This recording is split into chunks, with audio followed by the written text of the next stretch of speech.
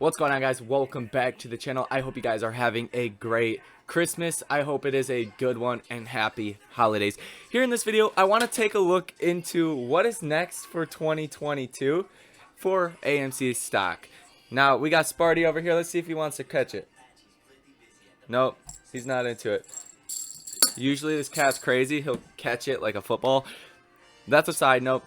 Let's get into this video. Let's talk about AMC in 2022. Before we dive into it, let's take a second to acknowledge Ken Griffin's face on this thumbnail. That's the "I didn't know that could happen" to Congress when the financial system's near collapse and all apes are rich as hell. I didn't know a 1 in 4 million event could happen 3 times in 2 years. I'm so shocked, right? So funny. That's literally how he's gonna look in front of Congress, pointing the finger at YouTubers and Twitter and all this.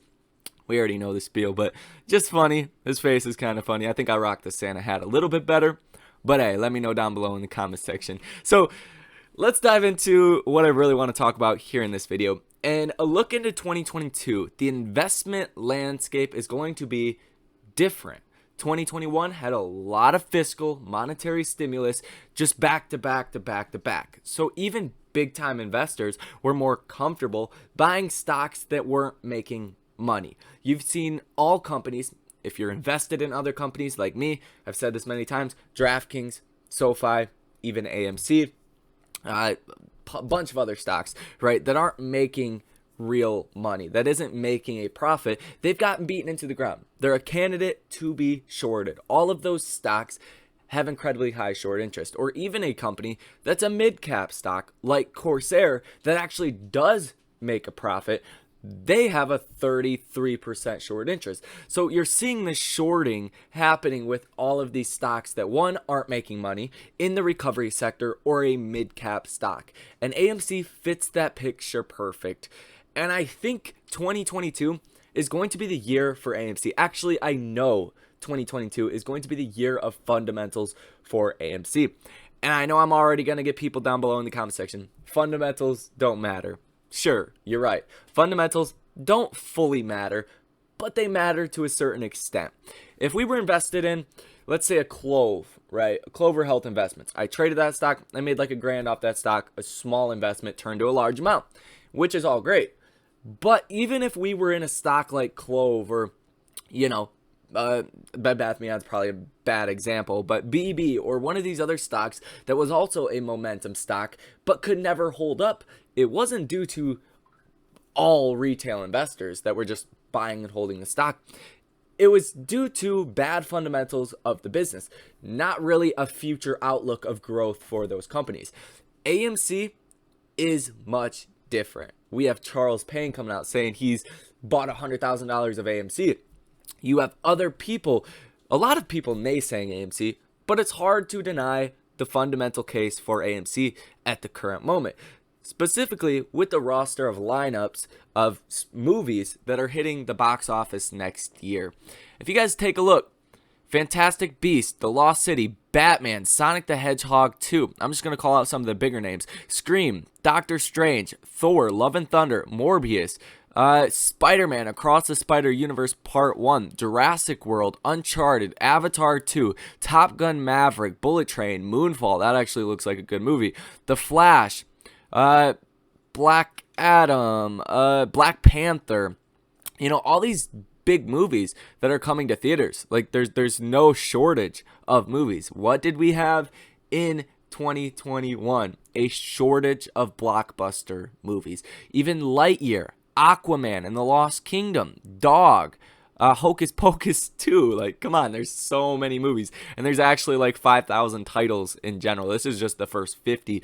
So you get the picture here. The fundamental case for AMC, very strong. AMC with a $5.2 billion domestic box office will be able to be free cash flow positive. That means the business is generating enough money to pay its debts, to pay its operating costs, to essentially break even or have free cash flow, right? That's kind of in the saying of free cash flow positive. Now, folks, feast your eyes on this chart. This is the domestic yearly box office. It gives you the total grossing amount that was sold the number of releases as well as the number one release. So we could see in 2020, very bad year, $2.1 billion for the total gross. We still had 455 movies that were released. In 2021, we had 422 releases, less than 2020. Now, for 2021, we had $4.1 billion domestic box office numbers. This is not over, obviously. We still have about another week, so it might go up a little bit. AMC probably not going to be free cash flow positive by Q4 or this next upcoming quarter. If they are, great. They're hardly going to be free cash flow positive. But what I really want to point out is the fact that the box office was increasing almost every single year since really the 90s, right? Since the 80s, since forever. And this is where the whole argument of, streaming is going to take over is just pure bullshit. Take a look. Going from, roughly $1 billion or less than $1 billion in 1978 through, to 1981. And then you start to get into the real numbers. 3 billion, 4 billion, 5 billion, 6 billion, 7 billion, 8 billion, 9 billion, 10 billion, 11 billion. And that was up until 2019. $11.3 billion was the domestic box office. I think it's fair to say, and it's safe to say, there's a lot of pent-up demand to go do things, to go to theaters, to go and have fun. I feel it. I know everybody else in the world feels it, but this is just the domestic numbers. So in my personal opinion, the box office, considering all of the movies that are coming out in 2022, I think the domestic box office could bring us in between 10 and 12 billion dollars of total gross numbers. That would mean AMC would essentially be back to where it was at the peak of the business on a fundamental basis. They're potentially going to make $1 billion of profit next year. They can pay down some of their debt. They can go on offensive and actually, do something else. I like to think about, and it was a great comment. It's stuck with me this whole time. That's why a lot of comments you guys say really stick with me, and I remember them and I think about them often. Somebody said, look at Nintendo. They used to sell vacuum cleaners and playing cards. Now look at them. One of the most successful turnaround businesses in the history of business. AMC has a lot of potential to branch out and do many different things once these numbers come back to life. And that's what we're going to see in 2022. A whole different outlook to the business. Mark my words.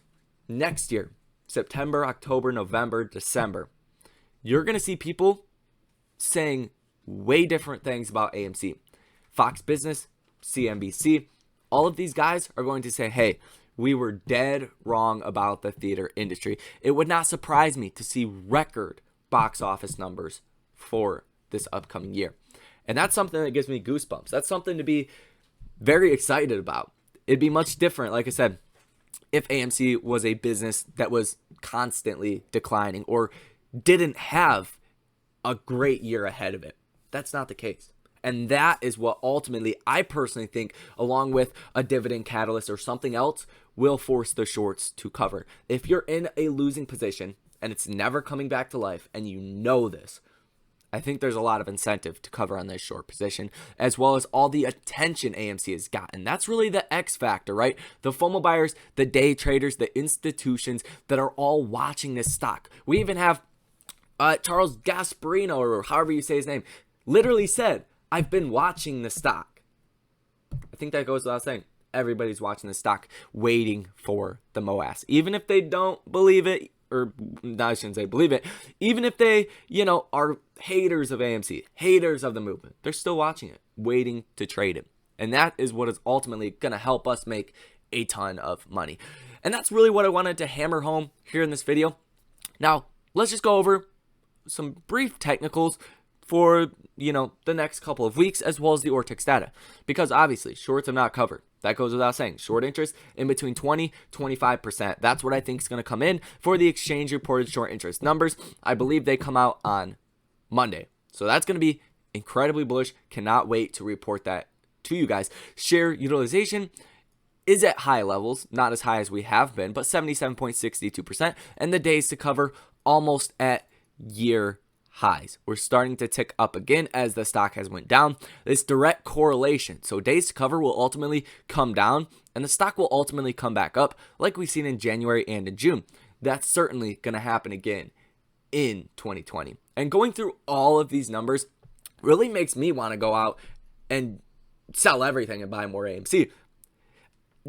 I have a lot of other investments. I have a lot of stocks that I'm really down on or really up on for tax reasons. I'm not going to do that, but I'm definitely going to be buying a lot more shares of AMC in general here in the next month or so. That's just my game plan. Feel free to do what you guys want to do.